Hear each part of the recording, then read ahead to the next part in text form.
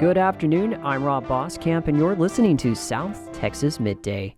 Thank you for joining me on this Tuesday, July 29th. The Corpus Christi City Council meeting today will feature a total of 25 agenda items. Highlights include the second reading of the Corpus Christi Crime and Prevention District budget for the upcoming year. It will also include the approval of the annual action plan projects for 2026 and the authorization of an amendment to the design-build contract with Kiewit Infrastructure. The meeting is underway and can be watched on the city's YouTube channel. Nueces County Commissioner Brent Chesney says the long-awaited $28.5 million Bob Hall Pier reconstruction is more than halfway complete, with fishing access expected to return by the end of this year. I'd say it's probably in the 55 to 60% range, and so we're still moving along. We still anticipate, an end-of-the-year contract. That's what we've been told. I think the Coastal Parks Board will probably send out requests for proposals late fall, and then probably pick someone in early next year, because if it's not going to open until middle of next year, we don't need a vendor now. That was Chesney speaking to KRAS News about both the pier and the restaurant space. The pier has been a work in progress since Hurricane Hannah severely damaged the structure 5 years ago. The groundbreaking ceremony for the start of the rebuild project was held last October. The restaurant space is expected to be completed sometime next year. Federal authorities last week arrested a woman at the Hidalgo Port of Entry after finding over 420 pounds of methamphetamine hidden within her vehicle. Stephanie Cerna is charged with illegally importing the drugs and conspiracy to do the same. U.S. Customs and Border Protection performed a physical search of the vehicle, which revealed 71 vacuum-sealed packages hidden inside. Cerna was scheduled to make a first appearance in McAllen Federal Court yesterday morning, according to court records. The Texas Division Emergency Management, FEMA, and U.S. Small Business Administration announced it will permanently close its disaster recovery centers on Friday in South Texas counties that were affected by the severe flooding this past March. Those who were affected in the flooding can still apply for assistance at the DRCs from 8 a.m. to 5 p.m. weekdays at the following locations: Harlingen Convention Center at 701 Harlingen Heights, San Benito Parks and Recreation Building at 705 Bowie Street, Weslaco EDC at 275 South Kansas Avenue, and Farr Development and Research Center located at 850 West Dicker Road in Farr. These centers will permanently close at 7 p.m. this Friday. Victoria County Commissioners are considering a request from Citizens Medical Center to issue $10 million in certificates of obligation to help complete its intensive care unit expansion. This is kind of a housekeeping chore. The numbers in terms of what's included in the resolutions are not to exceed numbers. Right. The Commissioners Court is in no way committing itself to do these transactions at this point. It's simply a housekeeping chore to get the process started.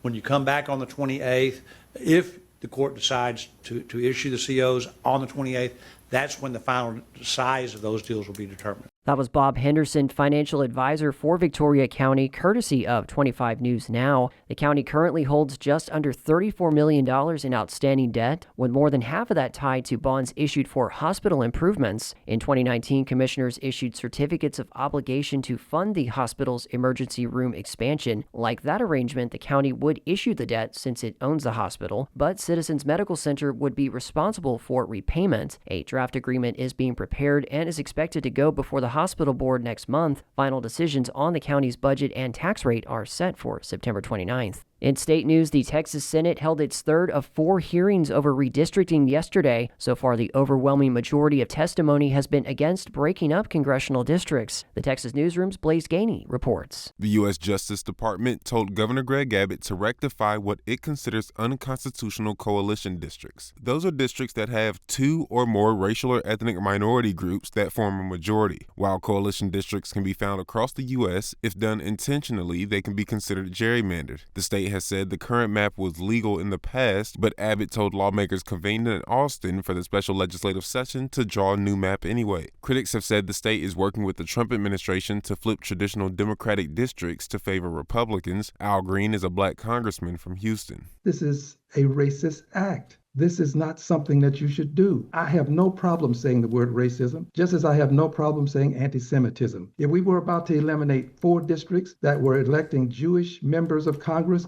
we'd say it's anti-Semitic. The Senate will debate a new map once it's available. In Austin, I'm Blaze Gainey. Corpus Christi Water reached a conservation milestone last week, distributing its 1 millionth gallon of free reclaimed water since launching the program in February. The program provides Type 1 reclaimed water at no cost for landscape irrigation, allowing residents to maintain their yards without violating Stage 3 drought restrictions. For more information about the Reclaimed Water program, including steps on how to register for a permit for service, approve uses, and pickup and delivery, visit the city's official Reclaimed Water Distribution Services page at corpuschristitx.gov.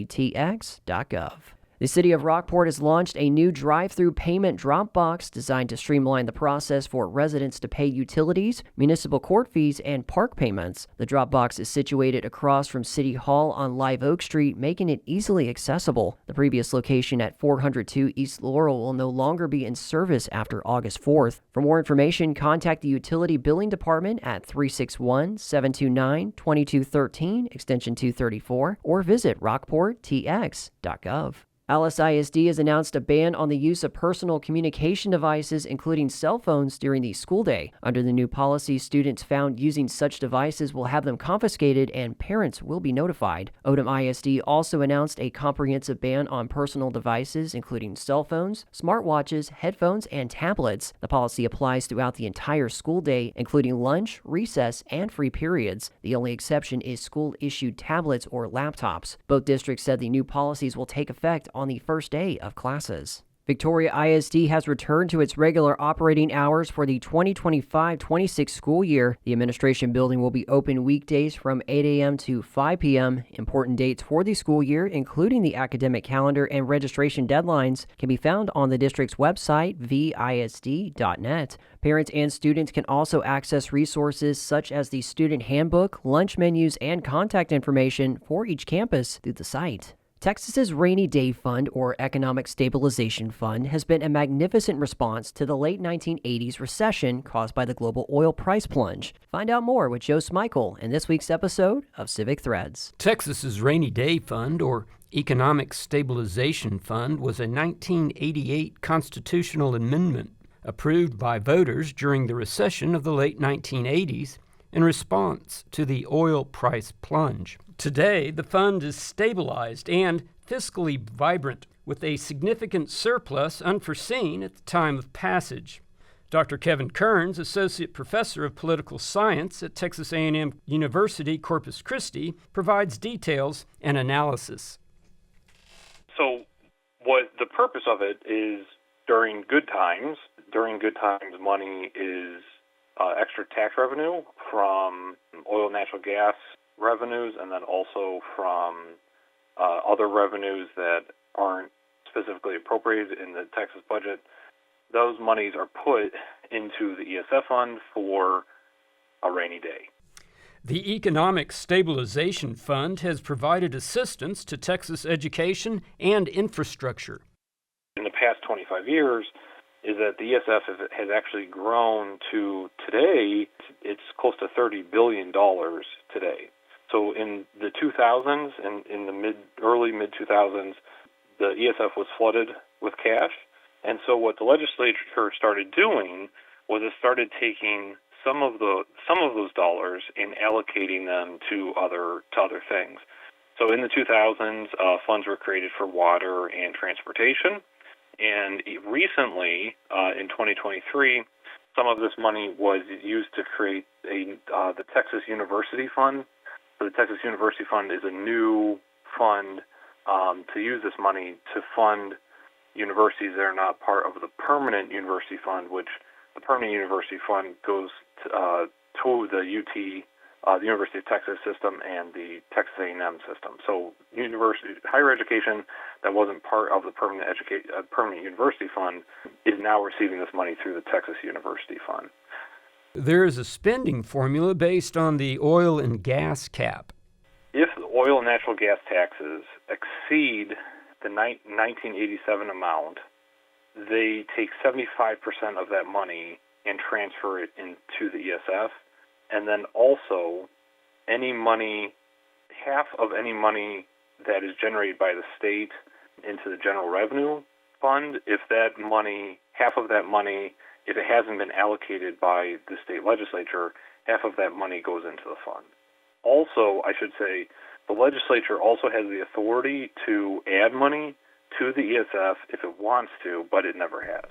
For Civic Threads, this is Joe Smichael, KEDT News. AEP Texas restored power for hundreds of Victoria customers yesterday afternoon around East Airline Road and Sam Houston Drive. The organization reported 450 outages in that area that began at around 2:30 p.m. yesterday and lasted for about 2 hours. And a 302-acre parcel of land adjacent to the Port of Brownsville has gone up for sale, according to an announcement from the global real estate company handling the marketing of the property. The land has been owned by Vista Del Mar Irrigation Company since 1928, according to JLL. The property is located north of State Highway 48 with approximately 7,200 linear feet of highway frontage. The parcel is surrounded by land owned by the Brownsville Navigation District, which oversees port operations but is not part of the port. The 302 acres sits opposite the highway from Cetrium Amphels, the Brownsville and Rio Grande International Railway Facility, and the Brownsville Shrimp Basin. And that is the latest news and information on South Texas Midday. I'm Rob Boskamp. Your community arts calendar and more is on the way.